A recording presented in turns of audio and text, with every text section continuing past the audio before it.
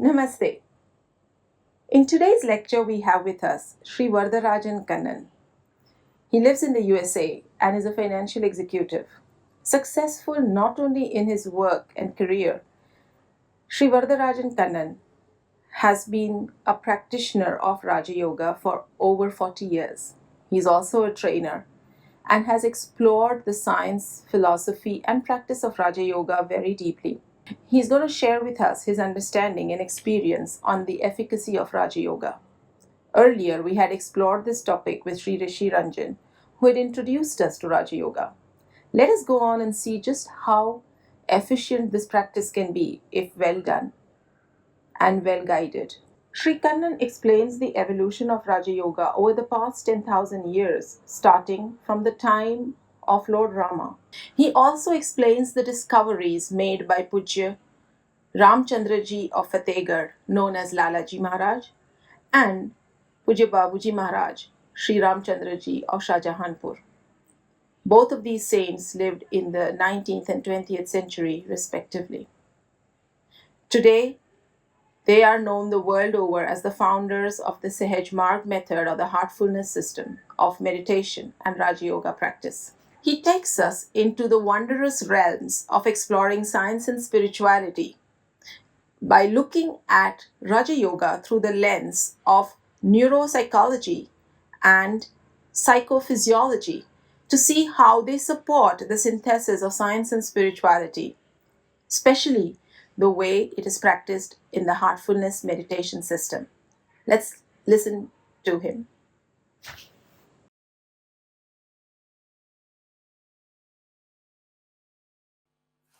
Namaste, everyone. Welcome to this session on efficacy of Raja Yoga. We have had quite a few lectures on various types of yoga and also how there are two sides to yoga. One is all of the asanas and preliminaries, and also how we can meditate and do dhyana and dharana and also achieve the goals. And we have different goals that we set up for ourselves, from stress management to self-realization. But as far as yoga for unity is concerned, it is the search for that unity. How does it feel to become united? What are the markers along the way? And how do we recognize those markers?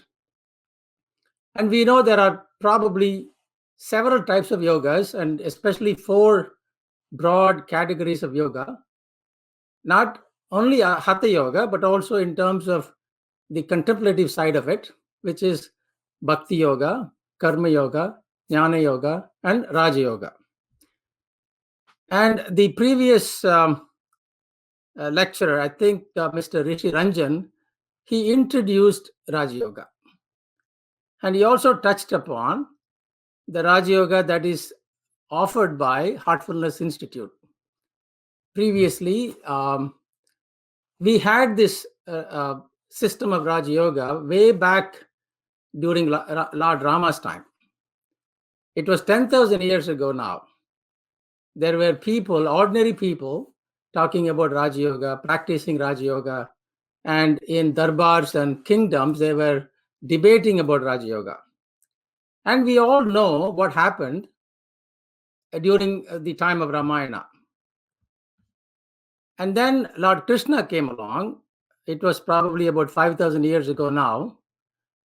And he introduced Bhakti Yoga into Raja Yoga. And what happened after that? I think Bhakti got introduced and practiced without any regard to Raja Yoga. And there have been proliferation of faith-based religions and faith-based worship, but unfortunately, there has not been enough of Raja Yoga element in it. So Raja Yoga by itself during Lord Rama's time seems to have been inadequate. And why? Both Lord Rama and Ravana, both were tapasvis, both were yogis. And Rama, of course, we know the contrast between Rama and Ravana. And how did that come about? Both Rama and Ravana had their Kundalini aroused. The reason I want to talk about some of these aspects at a very early part of the discussion is to make sure that we follow a path that is well researched, well practiced, well established, and also allow ourselves the practical experience of doing a sadhana, doing a meditative practice, so that we can experience the benefits of it firsthand. The science of yoga on the physical side is very palpable, perceptible, and it's easy for us to research and then have cause and effect relationships. But when it comes to the contemplative side, the neuroscientific side, the subtle body improvement side, it is a combination of a little bit of mystery because we don't have vocabulary, we don't have prior knowledge to understand what it is that we feel when we progress.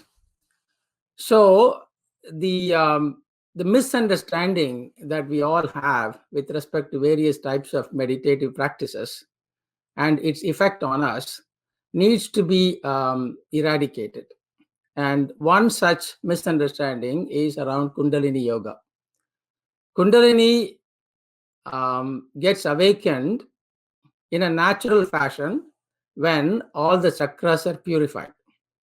And to purify the chakras, the only effective means is Raja Yoga. And of course, there are breathing exercises or Kriya Yoga, which is also part of Raja Yoga, but we will come to that as to how Patanjali's Ashtanga Yoga provides the foundation for Raja Yoga, and also how Patanjali's Ashtanga Yoga has been remodeled or improved by the saints that came in the 1800s, Sri Ramchandra of Fatehgarh, and also his disciple Sri Ramchandra of Shahjahanpur, affectionately called as Lalaji and Babuji, and how they have been pioneering both research as well as new knowledge of how to make Raja Yoga more effective, especially for the modern day people to practice. Babuji Maharaj says that liberation, salvation, and realization, these are birthrights of human beings, all of us, just not a few of us. So for both Lalaji and Babuji, the Ramchandras of Fatehgarh and Shahjahanpur, it was important for them that they take this Brahma Vidya to common man. It is not the privilege of a select few, but it is to be spread far and wide to all the human beings all over the globe.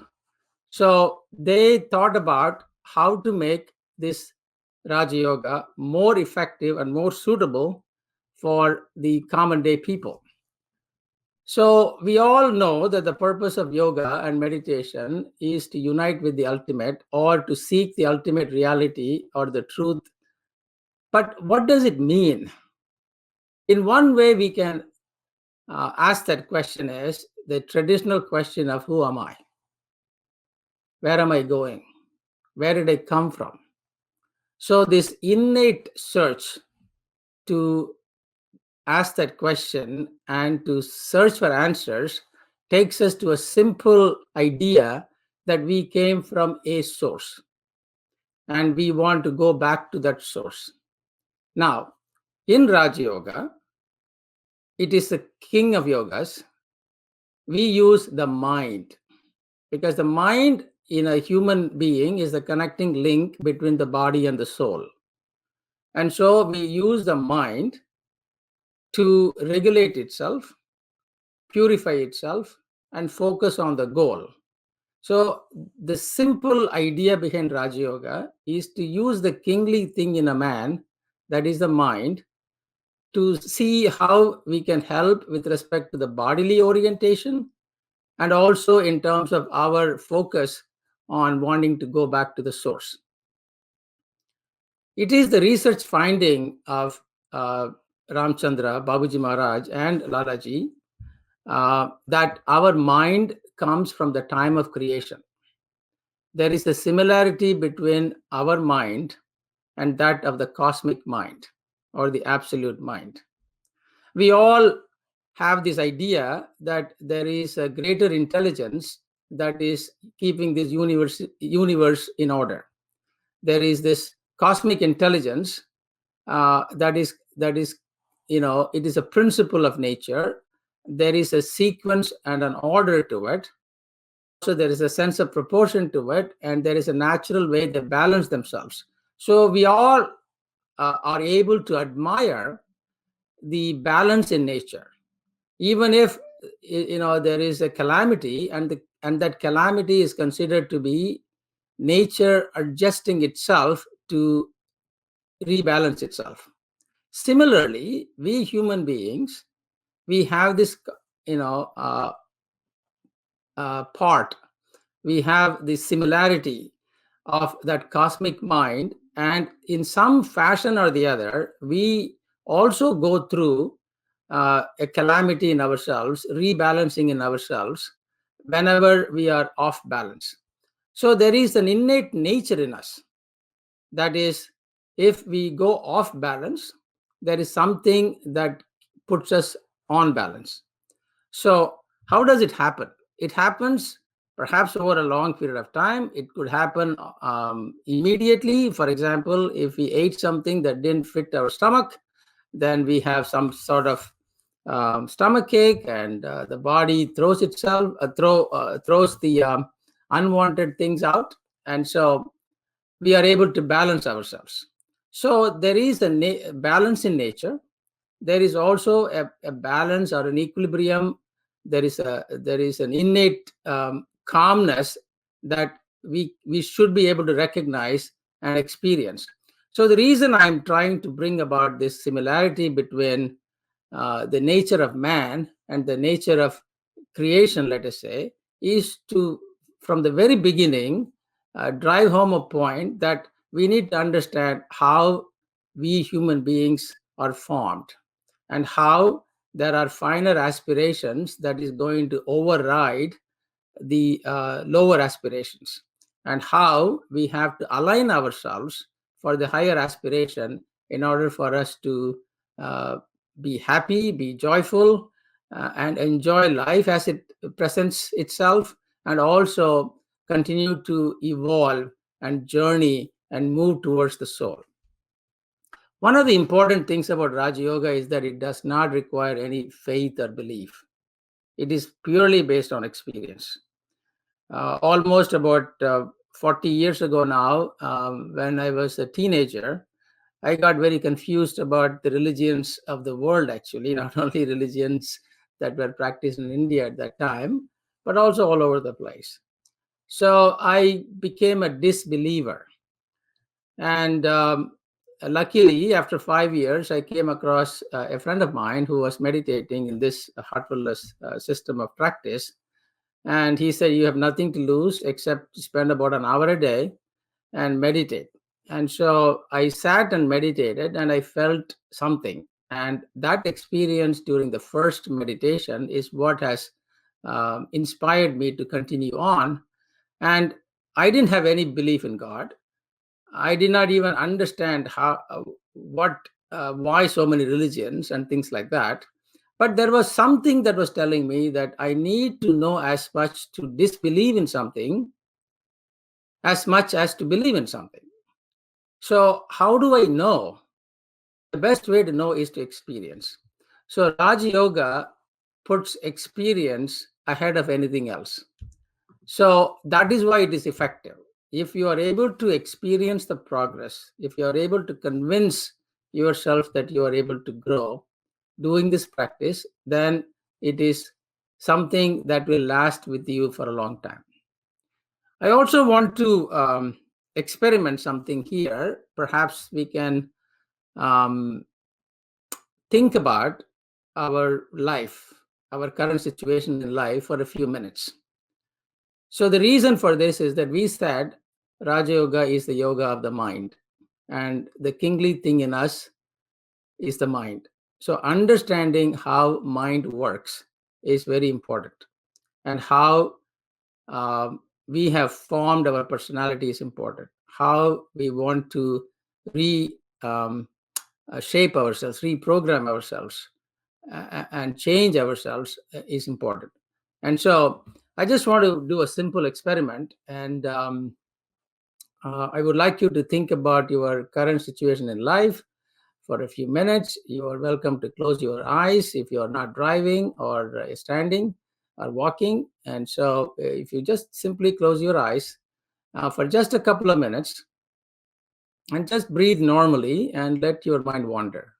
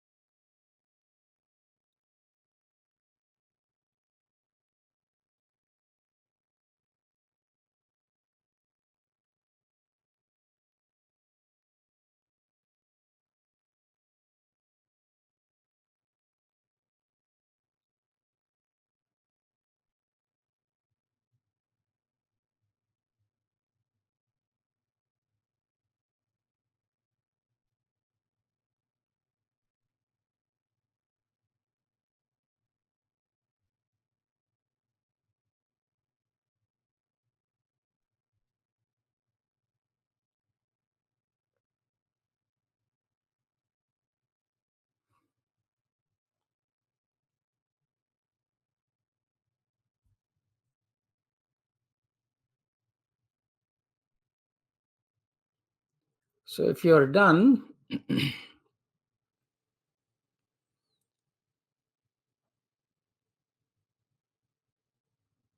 so what thoughts did come to your mind? What sort of thoughts? Did you feel any emotions? So just stay on that for a couple of minutes. So what thoughts came to my mind when I was calm and quiet? May not be calm, but quiet, with my eyes closed. And did I feel any emotions?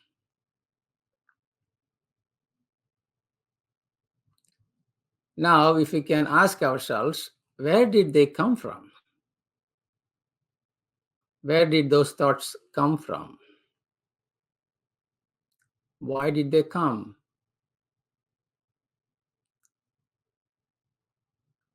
And if you felt any emotions, where did they come from? In fact, you can do this exercise after the session is over, take a little bit longer time. But what I'm trying to drive home is that thinking and thoughts, one is a process, another is an event, right? And even thinking at times is not in our real control. It is not like moving a chip on the table. So there is a little bit of a difficulty in terms of exactly pinpointing where these thoughts are coming from inside ourselves. It's not coming from outside. It could come from outside. There are scientific theories that validate that you can catch a thought from someone else. But emotions, how about emotions? Where are they coming from? So there is a theory of samskara, or theory of impressions, and which basically says that when the unwinding of the impressions happen, see, when we close our eyes and try to draw ourselves internally, all of our external faculties are in a non-engaged manner. I mean, they are open, but they are not engaged. When our faculties are open, when our eyes are open, ears are open, and of course, ears, nose, and everything is open, we are able to engage in the outside world. And so there we are taking in impressions. But when we close our eyes and sit in a quiet place, and what happens is that all those impressions that have gone inside are coming out in a random fashion. And normally there is a last in, first out type of a scenario with respect to memory patterns. But there are some deeper impressions, very deep impressions, childhood impressions, and they will come out as our personality trait. So at the end of the day, we are a bundle of our thoughts, actions, and reactions, and feelings and emotions. So the entire composite is deep inside us, and they come out, in a fashion that is very difficult to understand, and yet there are patterns that we can recognize, and that patterns are our personality. And if we want to change our personality, we want to be able to understand how these impressions are stored in our body and psyche. So the theory of impressions, unlike karma, for example, good karma, bad karma, or fate, where it almost tells us as if we cannot change our future. And so Daji has written a book on destiny, designing our own destiny. So he beautifully says that we can change our destiny only in the present. The choices that we make in the present will have an impact on our future, not on the past, but in the future. But how do we process the past in the present? It's only to have an attitude that is positive, that is forgiving, that is loving, that is compassionate. And so we are able to move forward. So this entire exercise of Raja Yoga is actually resetting our mental frame in order to regulate itself, purify itself, and focus the mind on the goal. Now, how do we regulate, purify, and focus? Of course, in Vedic tradition, we have the Shravana, Manana, and Nididhyasana, which is learning what is good and right, contemplating and grasping the meaning of what is good and right, and be convinced by it. And Nididhyasana is to practice every day so that this knowledge of both Shravana and knowledge of both and Manana, we are able to establish by practicing. We all know that knowledge alone doesn't make us be.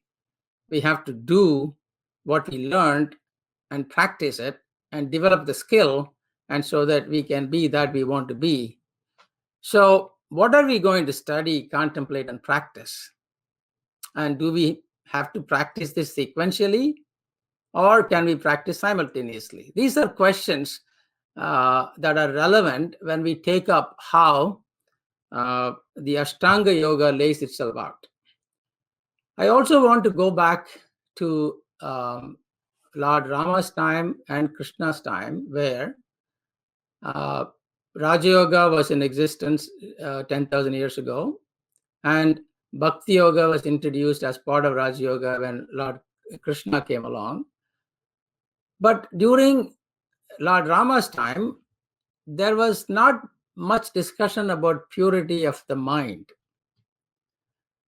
There is, my understanding of that period is that many people acquired powers. Rama had powers because he was an avatar, and Ravana had powers because he was one of the greatest meditators or tapasvis. So much so that they had to get boons from gods because they were so powerful. But what happened? The power corrupted the one without purity. So it is very important that the famous saying, power corrupts and absolute power corrupts absolutely, is true even in the field of spirituality. And so during Rama's time, the emphasis on purity was not there, or at least I have not come across the emphasis on purity. There is an enormous amount of talk about dharma, doing one's duty. But again, purity is something that is significantly missing from the emphasis until Ashtanga Yoga came along. So there is an evolution of Raja Yoga where from Rama's time and Krishna's time, where he introduces bhakti into this.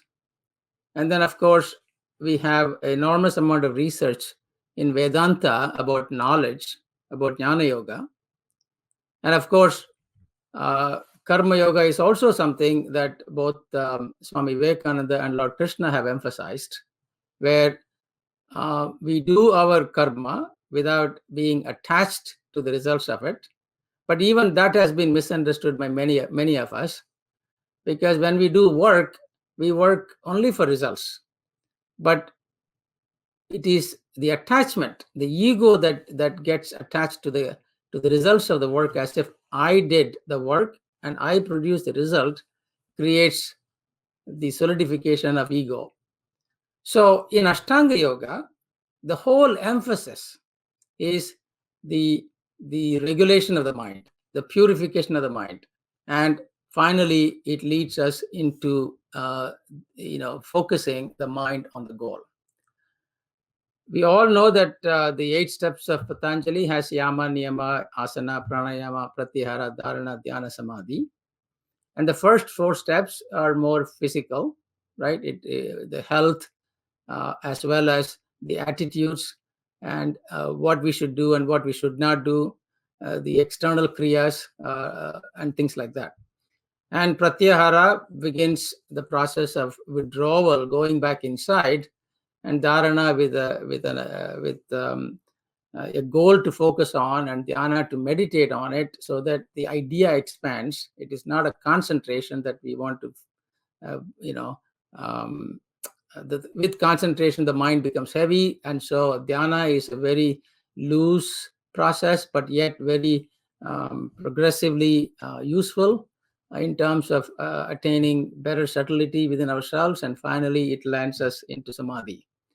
But today's world is we are very busy. And the past 40 years of industrialization, modernization, urbanization have resulted in us getting away from a lot of things that are previously available. And so in today's busy life, and when we have family life, how do we practice Raja Yoga if we have to practice yama, niyama, asana, pranayama, pratyahara, dharana, and then come to dhyana? And so it was in the 1800s, late 1800s, Sri Ramchandra Fatehgar, he introduced the idea of meditating on the heart directly. That would be the 7th step in the Ashtanga Yoga. Not that he did not recognize that we have to have the first few steps baked in as part of our practice of dhyana and day-to-day life. And this system is called Sahaj Marg system of Raja Yoga meditation, or heartfulness way of Raja Yoga meditation. Why? You start straight with dhyana. And when do you start? When you are 15 years or older. You can start meditating when you are 15 years or older. And so right from the beginning, we are able to take up an idea to meditate upon. See, the regulation and the purification and the focusing of the mind can start from the get-go, while the yama, niyama, asana, pranayama, and pratyahara can accompany dhyana. And the result of this kind of a practice is automatically dharana, which is used which can be used in our day-to-day life to make us more efficient. And of course, with the help of a guru, we will be pushed into states of samadhi. So in our tradition, especially Vedic tradition, there are 4-fold practices of reaching the goal, right? That is called sadhana chatushtaya. And in that, we got viveka, vairagya, shat sampatti, and mumukshutva as the 4 fold practices. And under such sampati, we have shama and other things. And shama takes you through pravritti path to dhyana. So we have a chart, we will show it to you. And by doing dhyana under a capable guide, we are able to attain a condition of Sahaj Samadhi. Now, this path from all the way at the top to straight to dhyana is a very bold discovery by Ramchandra of Fatehgarh and his disciple in Shahjahanpur. And it is very significant discovery, and as well as it is something that has not been fully grasped and appreciated by the various teachers of yoga.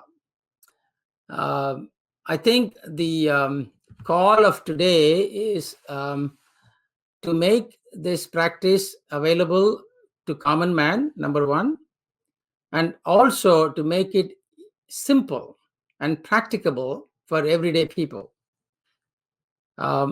Today's world is a lot more challenging than what it was about 100 years ago or 200 years ago. And so the call of the time is to adopt a simple and effective practice that is available to everybody without any distinction of money, without any distinction of language or color, or absolutely no caste at all, and also the region that they belong in. So this system of Raja Yoga under heartfulness it starts straight with dhyana, as we said, and even there we are going to take up the highest ideal that we want to achieve. From the get-go, we are not only taught to meditate, but also meditate on the heart with the idea that we are connected with the source. To me, it is like the hypothesis that we make in science. And if the aim of Raja Yoga is to become one with the ultimate, we start with that idea from the get-go. And the bold move in heartfulness to take up that as the fundamental question: how are we going to do all the preliminary steps to prepare ourselves for that? And the answer is, it has to happen every day simultaneously. When we eat food, we eat one morsel at a time, one variety at a time. But somehow the body is able to take the nutrition from all the sources of food over a long period of time and continue to energize the body, continue to nurture and nourish the body, and keep it balanced. The body itself, as I was saying previously, is part of nature, and it works perfectly when it is in balance. When it is not in balance, it has to find a way to fix itself. And so when we take up this highest ideal and contemplate on it, meditate on it, and with a capable guru, we are embarking upon the most effective system of Raja Yoga meditation. And it also is scientific, for we are the experimenter, we are the experiment, and we are going to be the result of that experiment. And now coming a little bit into the Viveka and Vairagya, which are the ability to discern and also ability to be non-attached to various lower levels of distractions, so that we can be focused on the highest. That is possible only when our mind gets a perspective. How do we know what is right and wrong if the mind does not have that perspective? How can we control ourselves by not being attracted to unwanted things. Vairagya, how is that possible unless the mind is regulated? So both Viveka and Vairagya is a result of a regulated mind, of a purified mind, of a focused mind. And so Babuji very emphatically said when he wrote this book on efficacy of Raja Yoga that Viveka and Vairagya will be the result of a meditation done right. And so now let us look at the scientific basis of Raja Yoga and especially the heartfulness system. I mean, in one of the earlier slides, we talked about the theory of impressions. It was a simple idea that when our faculties are engaged, we are forming impressions. And these impressions are not merely day-to-day events and day-to-day memories, but also deeper impressions. The impressions that are that we form when we are younger, when we form when we are under shock, when we are in some sort of trauma. And there is a book called The Body Keeps a Score, which is written by Dr. Basil van der Kolk. It's one of my favorite books, where he talks about, of course, it is on examining the patients with trauma and things like that, but he exposes the tremendous power of our relationships with the brain and the mind, relationship between the brain and the mind, and also our ability to hurt and to heal. And in one of the yoga and wellness magazines, Nicole Cutler writes, a stressor that is too much for a person to handle overloads the nervous system, stopping the trauma from processing. This overload halts the body in its instinctive fight or flight response, causing traumatic energy to be stored in the surrounding muscles, organs, and connective tissue. This is very important, very significant, actually. This is the research work of Dr. Basil van der Kolk, but I like the paraphrase done by Nicole. She says that a stressor or a trauma is too much for us to process. And when it happens repeatedly, it goes deep into our body and it halts the process of response. And then what happens? If there is no reaction to a cause, the cause remains to be unraveled later on. It is like a coil that is wound up. So if there is an immediate reaction, perhaps the trauma got released. But if there is no possibility, you are helpless. You are under some kind of a compulsion that you are not able to immediately, instinctively respond with your fight or flight mode. What happens? You freeze. That is the worst, situation one can get into. But many of us have gone through, especially when we were children, we have been frozen with events and emotional stress that we had no understanding of, or we did not have any outlet immediately.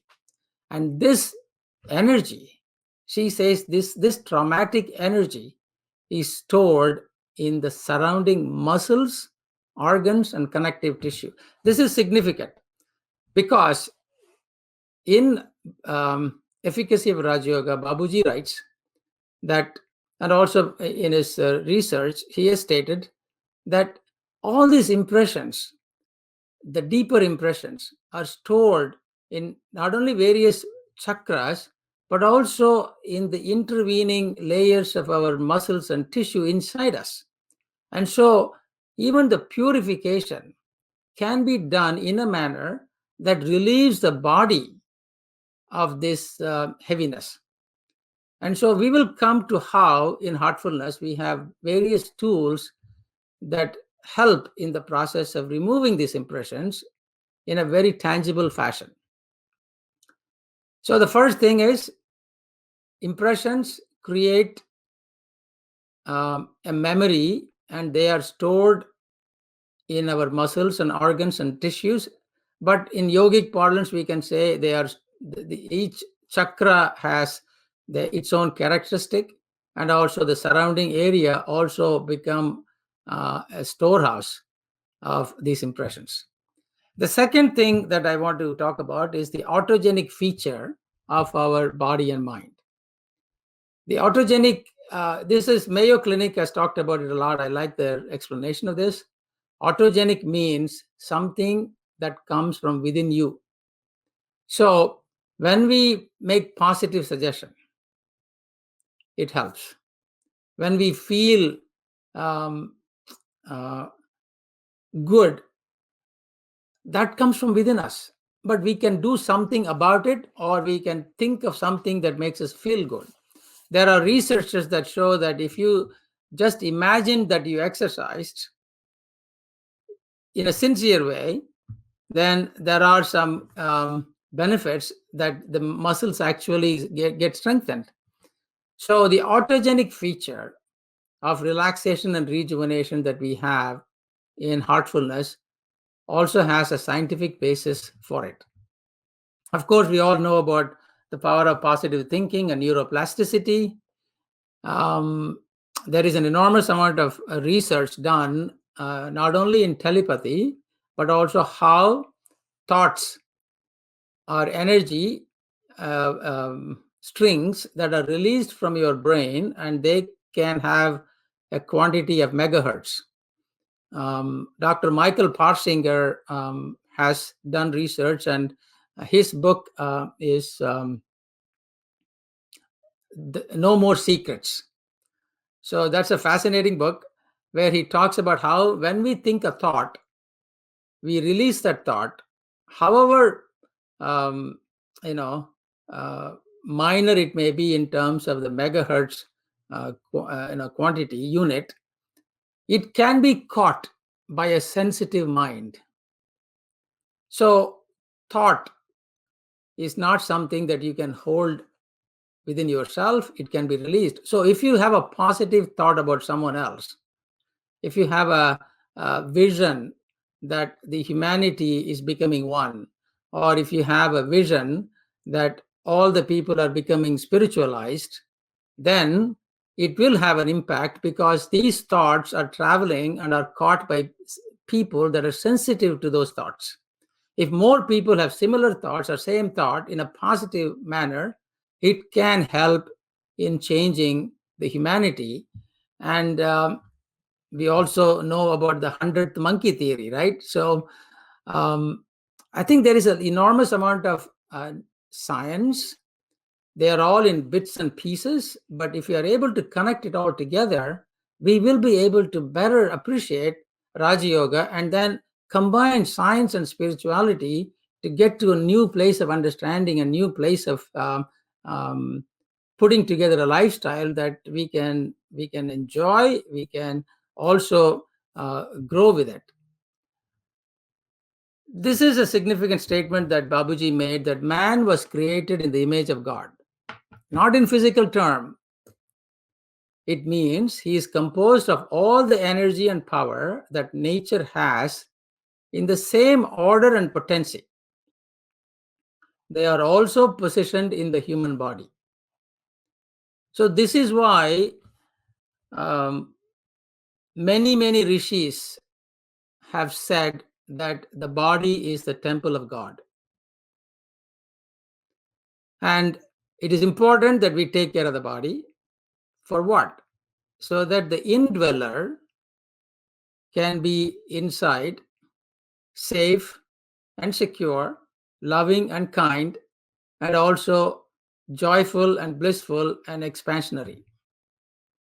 So we human beings, have this greatest potential of using the body as the temple, and then growing within us into the reality of God. The problem with the word God is that it has been associated with so many idols and powers. no wonder I got confused when I was 17. And I am sure there are many, many young ones, they are not able to understand what God is or who God is.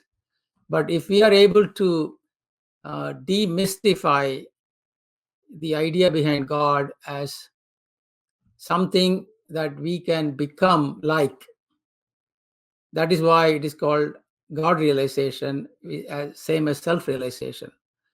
So Daji, in one of the recent talks, Daji is our current guide of heartfulness. Kamlesh D. Patel is his name. He was a pharmacist, so scientist by background. And then he recently talked to Ranveer about how we should be able to aspire for the highest. And it is possible that we use our physical, mental, and spiritual orientation to reach the highest while enjoying the present and also enjoying everything nature has offered with a proper sense of proportion. I also want to take a brief moment to compare the 7 chakras that we talk about in all of the traditional yoga literature with the innovation Ramchandra has offered us. The 7 chakras, all of us know that it starts with Muladhara and goes up to SDK. And of course, Kundalini is near Muladhara. And in our, in this heartfulness system of yoga, the first 3 chakras are not taken immediately. They are adjusted, or they get purified or regulated. They need to be regulated more than purification. There is not much to purify there, but they get regulated as we progress. And we take up the Anhata chakra, the heart chakra, and then the heart, as I said, is the connecting link between body and mind, between here and there, between our physical realm and our emotional, mental realm and spiritual realm. So the heart is at the center. Not only it is the 4th of the 7 chakra framework, but also it is in the middle of everything. It is the connecting link of everything. So the significance that heart plays cannot be underestimated. And that's why I think this system is called heartfulness, where the heart is taken as a place of focus for meditation. Now, this heart is just not a chakra, but a constellation of several subpoints. This again is a discovery of Sri Ramchandra. And we hold in this space an enormous amount of emotional struggles. Heart is a place where we have the dualities of our emotions, the signals of our struggles, and what is right. And it has been, for simplicity, has been divided into 4 points: point 1, 2, 3, 4, which are Earth chakra, Atma chakra, and fire and water. And then the 5th one is, of course, the Vishuddhi. That's also point of illusion versus clarity, confusion versus clarity. So the point 1 also has several subpoints, and the discovery is that when we engage with the world, we either like or we dislike. That is our first impression. But how we process the first interaction determines the rest of the story. So suppose we are pleasure oriented, it goes to a subpoint. If we are acquisitive, it goes to different subpoint. And why is it important for us to know these things? Because this is where the sufferings begin. Buddha said, desire is the cause of suffering. But what is desire? It has got two faces to it. I like something, I don't like something. So that is the first impression. If we are neutral about a situation, equanimous about a situation, if it is not relevant to me, I don't have to like or dislike. Then the question becomes, what is relevant for me? What is useful for me? So that is a different type of an orientation. And so the like and dislike, when it splits into sensory or acquisitive, it, the downward journey begins of a life, which will eventually get into some sort of suffering. When I say suffering, it is more emotional suffering, not physical suffering, because body is body. It's going to have its limitations. So there will be physical pain. But in terms of all of the emotional suffering, which comes because of our mind getting involved in it, is the result of the involvement with the like and the dislike, which goes up in a negative cycle and creating our sensory as well as acquisitive involvement. And if we are not able to satisfy ourselves, we become restless. And when we are restless, we become angry. And when we become angry, we also become fearful. So think about this progression. And when we are fearful, we are confused, we are stuck, we are frozen. So this process is the opposite of evolution, is the opposite of progress, is opposite of being spiritually evolving, is the opposite of a yogic practice. So a Raja Yoga practice under heartfulness is the antidote for all the problems in life, but it has to be practiced properly. And so this heart region, once we are able to regulate, create a balance between like and dislike, which means that I use what is necessary, I use what is evolutionary, and then I become calm, the opposite of restlessness, peaceful. Then I become the opposite of anger, that is love and compassionate. And then I become the opposite of fear, that is courage. And then I realize the opposite of confusion, that is clarity.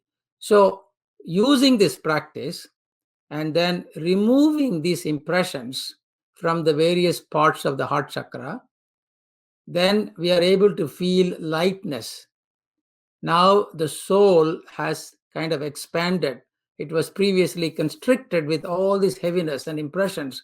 Because we are slowly becoming lighter as we are releasing all these impressions, the soul is beginning to expand. It is now ready to move into the higher dimension. What is the higher dimension? The higher dimension, for the sake of simplicity, is called the mind region. We talked about in the 7 chakra series, there is this the third eye here, or the Agnya chakra, and then SDK on top of the head. So here in heartfulness, which is Raj Yoga, the emphasis is purification. And without purification, we will not be able to advance in yoga towards self-realization or God realization. So that is the purpose of this yoga, is self-realization or God realization. And so point number 6 in heartfulness is the same as Agni Chakra, and that is the point of power. And so we kind of go around it while it gets purified. We do not invoke it, we do not enhance it, but we go around it. And similarly, as we go up to SDK, SDK is so far has been the pinnacle of yogic evolution, right? Vedanta talks about it. All of the yogic traditions talk about it. And that seems to be the culmination in terms of Sat Chit Anand.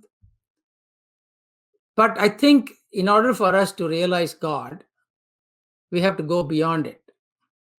That is also again a discovery by uh, the founders of Heartfulness system of Raj Yoga, and they call the eventual destination as central region.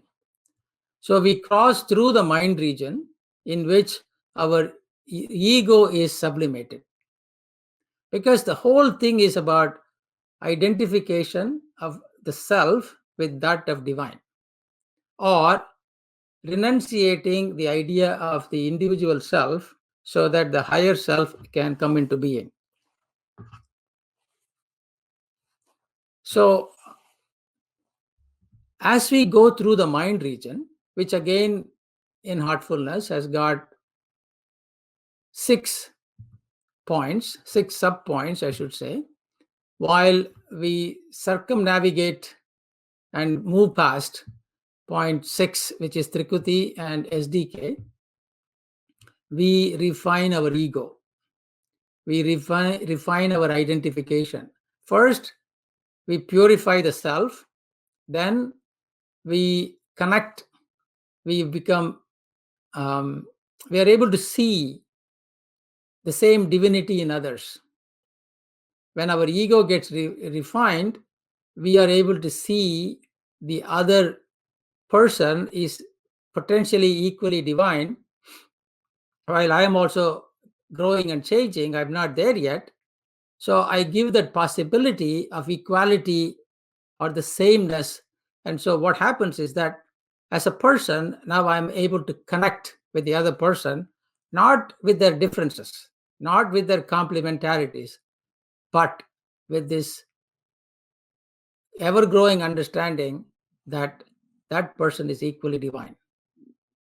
And all the compassion that we talk about, all the love for others that we talk about, the empathy that we talk about, the emotional intelligence that we talk about, is not going to be permanent and lasting and also growing unless we are able to refine our ego in this fashion. When we refine our ego in this fashion, we begin to interconnect with others with a growing conviction that we are part of the divine. We are amsa of the divine. We are spark of the divine. We are all the same in terms of our ultimate reality, ultimate potential. So this refinement of ego finally culminates in humility. Humility and courage, they are not contradictions. They are in fact one. And when we reach the ultimate state of humility, we are able to get to the next level of personal evolution, which Babuji calls a central region. So the central region is our ultimate destiny. That's where we will become one with the source. And that possibility exists now thanks to the Heartfulness system of Raja Yoga meditation. And that is the efficacy of Raja Yoga. If done properly, for the purpose of achieving oneness with the source, which can be called God, then purity must be prevalent in our thought, action, feelings, orientation, and vision. And also, that's the only way we will be able to reach the pinnacle of what Raja Yoga can offer. So with that, I invite all of you to tune in to the Sunday morning sessions with Daji. I think it's at 9 a.m. or something like that. But anyway, it is available to everybody. And the important thing about this system of Raja Yoga meditation is the help that comes from the Guru. We know during Rama's time we had gurus, Krishna's time we have gurus, and we have gurus now. And in this system of Raja Yoga meditation, the guru becomes more and more important as we progress. Initially, we focus on the system, the practice, all of the tools that heartfulness has to offer in terms of meditation, cleaning, and also prayer. But as we grow spiritually, we become grateful for the real transformation that we are experiencing. And that creates a relationship with the giver, with the guru. And then the guru is not just a physical person, but we are able to connect with the guru in a more mystical fashion, spiritual fashion. Because as a person, we are who we are. But as a spiritual guru, it is something that we have to discover over a long period of time. So the first step in associating with a guru is the practical experience, practical benefit that we feel, and the gratitude that it evokes in us. And then we open ourselves to the rest of the process. One important thing that happens that we will experience if we are willing and open is the subtle energy of pranahuti, the transmission. For a lack of a better term, we use these words like pranahuti and transmission, but it is difficult to explain it. How do you explain mother's love? How do you explain love at all? It's not possible. Love is what love does, is one way to explain it. And here, the subtle energy or transmission is also likened to that sort of love. A couple of minutes ago, I talked about how when we refine our ego, we are able to connect with others in a foundational manner, that person or that being or that tree or that frog is as divine as myself in terms of potentiality.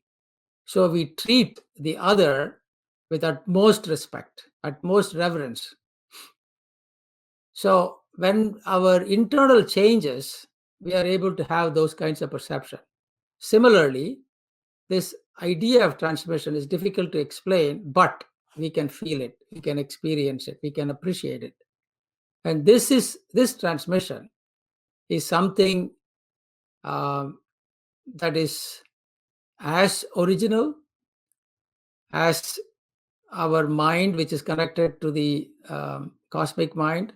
It is as original as something that attracts us back to the source, like the children are attracted to the mother. So when we are able to open ourselves to this transmission, to this type of pranahuti, with a guru who is transmitting all the time, but only we have to open ourselves to receive it, then the connection is accelerated. The flow is accelerated. The progress is accelerated. And all of the purification process is also accelerated. And so our journey is one of the fastest journeys possible without any disruption, because yogic journey has to be balanced so that it is an exemplification of the idea of unity and integration and balance that we have to have on a daily basis, even though our goal is very lofty, that is to become one with the source. So I hope I was able to communicate that Raja Yoga itself has evolved from 10,000 years ago to all the way, in the last century. And so it is kind of, what should I say, dumb on our part to be stuck with old knowledge when new knowledge is available. And this knowledge is freely available, because Brahma Vidya must be taught free according to ancient Vedic tradition. And so with that kind of tradition, and also this immense passion to offer this possibility to all of humanity without any distinction, heartfulness system of Raja Yoga meditation is offered far and wide, totally free, no strings attached. And as we begin to benefit, we will automatically participate and contribute. That is the right thing to do. So with that, I invite you to explore the efficacy of Raja Yoga offered by Heartfulness, which to me has taken Raja Yoga to what it is today. Thank you. Namaste.